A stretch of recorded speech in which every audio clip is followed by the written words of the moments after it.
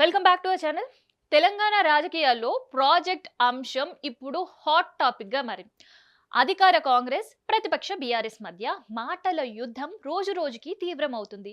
ముఖ్యమంత్రి రేవంత్ రెడ్డి విసిరిన సవాల్ బీఆర్ఎస్ నేత ప్రతిస్పందిస్తూ మాజీ ముఖ్యమంత్రి కేసీఆర్ మౌనం. ఇవన్నీ ఇప్పుడు రాజకీయ వర్గాల్లో చర్చనీయాంశంగా మారాయి. అసలు ఈ వివాదం ఏంటి? పూర్తి వివరాలు తెలుసుకుందాం. గత కొన్ని రోజులుగా కాళేశ్వరం ప్రాజెక్టుతో పాటు తెలంగాణలోని ప్రధాన సాగునీటి ప్రాజెక్టుపై అధికారులు, ప్రతిపక్షాల మధ్య తీవ్ర విమర్శలు కొనసాగుతున్నాయి. ముఖ్యమంత్రి రేవంత్ రెడ్డి, మాజీ సీఎం కేటీఆర్, హరీష్ రావుపై తీవ్ర వ్యాఖ్యలు చేస్తూ ప్రాజెక్టు వ్యవహారంపై అసెంబ్లీలో పూర్తి స్థాయి చర్చకు ప్రభుత్వం సిద్ధంగా ఉంది అని ప్రకటించారు. అంతేకాదు, కేసీఆర్ స్వయంగా అసెంబ్లీకి వచ్చి కాళేశ్వరం, తుమ్మిడిగడ్డ వంటి ప్రాజెక్టుల వివరాలను ఇస్తే రాష్ట్రంలోని కీలక ప్రాజెక్ట్ నిర్వహణ బాధ్యత కూడా అప్పగిస్తామని రాజకీయ సవాల్ విసిరాడు. ఈ ప్రకటనకు ముందుగా కేటీఆర్ కూడా ప్రభుత్వానికి ప్రాజెక్ట్ నిర్వహించడం చేత కాకపోతే మాకు అప్పగించండి అంటూ సవాల్ విసిరిన విషయం తెలిసిందే.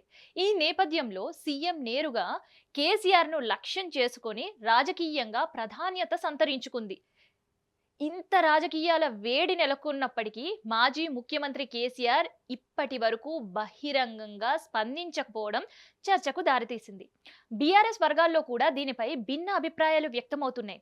కొందరు నాయకులు సరైన సమయంలో కేసీఆర్ స్పందిస్తారని, ఆయన మౌనం కూడా ఒక రాజకీయ వ్యూహమే అని చెబుతున్నారు. మరికొందరు మాత్రం అధికార పార్టీ విమర్శలకు సమాధానం ఇవ్వాల్సిన అవసరం ఉందని అభిప్రాయపడుతున్నారు. రాజకీయ విశ్లేషకుల అభిప్రాయం ప్రకారం ఈ అంశం త్వరలోనే జరుగుతున్న అసెంబ్లీ సమావేశంలో మరింత వేడెక్కించే అవకాశం ఉందని, అక్కడే అధికారుల, ప్రతిపక్షాల ప్రాజెక్టులపై తమ వాదనలు వినిపించే అవకాశం ఉందని భావిస్తున్నారు. ప్రస్తుతం తెలంగాణ రాజకీయాల్లో ప్రాజెక్టుల అంశం ప్రధాన చర్చగా మారింది.